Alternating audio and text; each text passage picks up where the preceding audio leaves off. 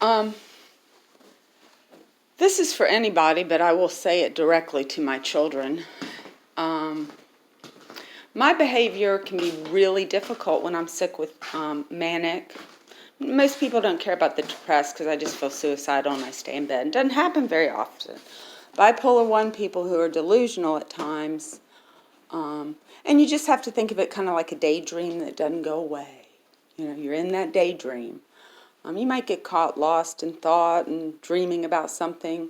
It's the same thing, except for when I'm manic, I have a lot of energy. And then towards the end, I can get angry if I'm not sleeping. You can imagine with your brain thoughts coming so fast and not sleeping. And I'm just trying to explain it.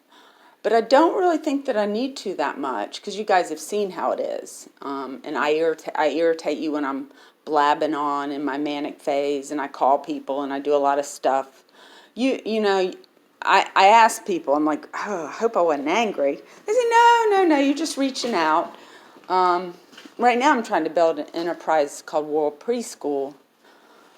In the hospital, they thought I had delusional thinking. And I'm like, no, go look at my website. You know, I actually have architects that want to work on this thing. And it's hard to imagine, like, let's say Johnny Depp. He's from a little town in Kentucky, small little town. His parents had problems and stuff like that, so he learns to play guitar. He says, well, I'm going to go join a band, just like James, about the same age. He had dropped out of I think he dropped out of high school, maybe, or just finished high school. And nobody believed in him. Okay, go, have fun, you know.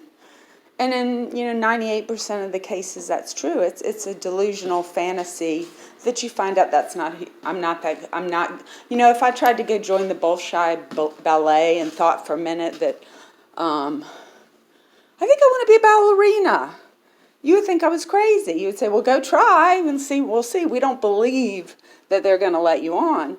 But at least with mine, just kind of entertain the idea that I've had some education in the arts.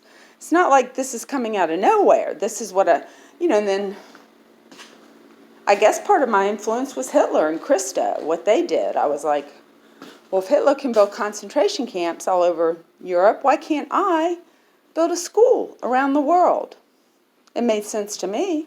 And I have to explain it and present it and have a whole plan on how to document it and how to raise the money. And I've got all that. I've already sincerely sent out 100 postcards that Morgan helped me address to all different movie stars and artists that have money that want to support world peace and building the school. So if I have people buy my paintings for a lot of money, 90% will go to the school. It's a nonprofit. I haven't started the nonprofit yet.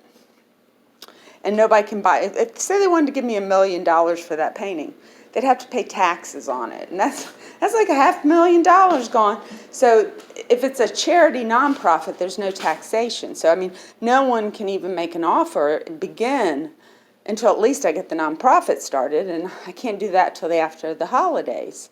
These things take time. But I do want to make you wary of something when you're blaming me because you're mad. I'm more than happy to talk to you about the circumstance or the condition. There's nothing you can't say to me. I've been through so many psychiatric hospitals. I've heard it all. And I have friends that are psychiatric illness that talk to me. And if they get really mean and ugly with me, I cut them off. I said, look, you need help. I'm not going to take your abuse. And I leave. And that's what I would hope you would do to me too. And then I give them another chance. And if they're nice and we can be friends and not ugly, I give that person a chance because I understand that's how mental illness works. It's not, especially if they've been in the hospital and got on. I have friends that don't, and I still give them, like my friend Day Goodwin needs on some medicine, and he'll start out kind of nice, like he'll pull you in, and then in about 5 minutes he's mean. And so he's suffering. I know he's really suffering. He's homeless, and I'm trying to help him, get him help because he's got a son. But that's not our desperate situation as bad as that. Because I do take medicine and I see a doctor and I'm compliant with what the doctor says most of the time. But it is a fact that the scapegoat of the family is the strongest. And that would be me. For everything I've been through over the past, well, starting in the divorce when I was a pawn in my parents' wedding, and it caused bulimia and stuff like that. I've survived. Jennifer couldn't give birth. She would kill her. She's so delicate. And the constituency of her body makes her really delicate. Everything about her, she's got to be really careful. She's got arthritis. And so she doesn't put herself in situations where she goes through too much. She can't handle it. And Northern's wife is the same way. She's very delicate.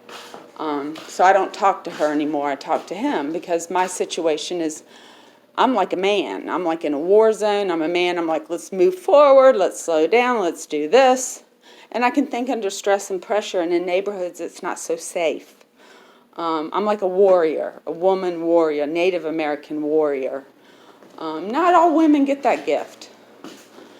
And so a lot of times when people are struggling with an issue, okay, for example, when I had Hillary, because they were disowning me and blaming me and making it even more difficult, I said, it's their fault. I said, you had me in a rotten marriage. I had no love. I wasn't talking to my mom or dad, so I had a baby.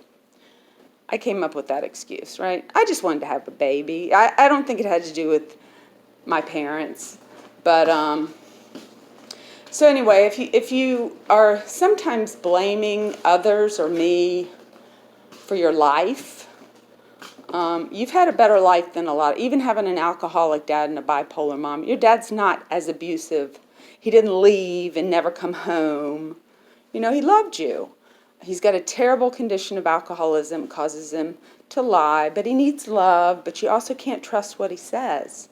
So just going that open-minded. I don't think I've ever lied to any of you. My dad never lied to me. And I came from a real honest family with no real addiction problems. So that was all new for me. And I've got friends. I got Wes and Joe and Georgia, Nathan. J. Paul has a girlfriend. It's a little awkward, but Paul de Pascal. I've got good friends. I'm a volunteer at the VMFA, so I do a lot of work there. But rest at ease, things are coming along good for me, and I want them to come along good for you, whatever you decide. James has been through a lot. I think he's having a relapse of alcoholism from when he was at his dad's house. That went pretty smoothly for a while, and then all of a sudden he dug down deep, and I've heard you're abusive and you're ugly. I hear that when you drink, that you're not a nice person. So you're an Irish alcoholic, even though you look like you're from my side of the family. It's kind of hidden, which is good, because a lot of people don't want to look at Irish people just for that reason, because of the stigma of, same as a black person. If you're from Ireland and you look Irish, people are wary. That guy's probably an alcoholic. But with your constituency of your looks, you can't see that you're Irish at all. You don't even have your dad's pudgy fingers that he couldn't play a guitar with because they're too big, or a piano at all. You have all those gifts. You can play piano. It's just what you want to do. Don't doubt yourself. Not even for a minute. You can have moments where you're like, this is really difficult. I don't know if I'll ever get anywhere with it, but I'm going to keep trying. And you do. If you're an artist, you just keep trying.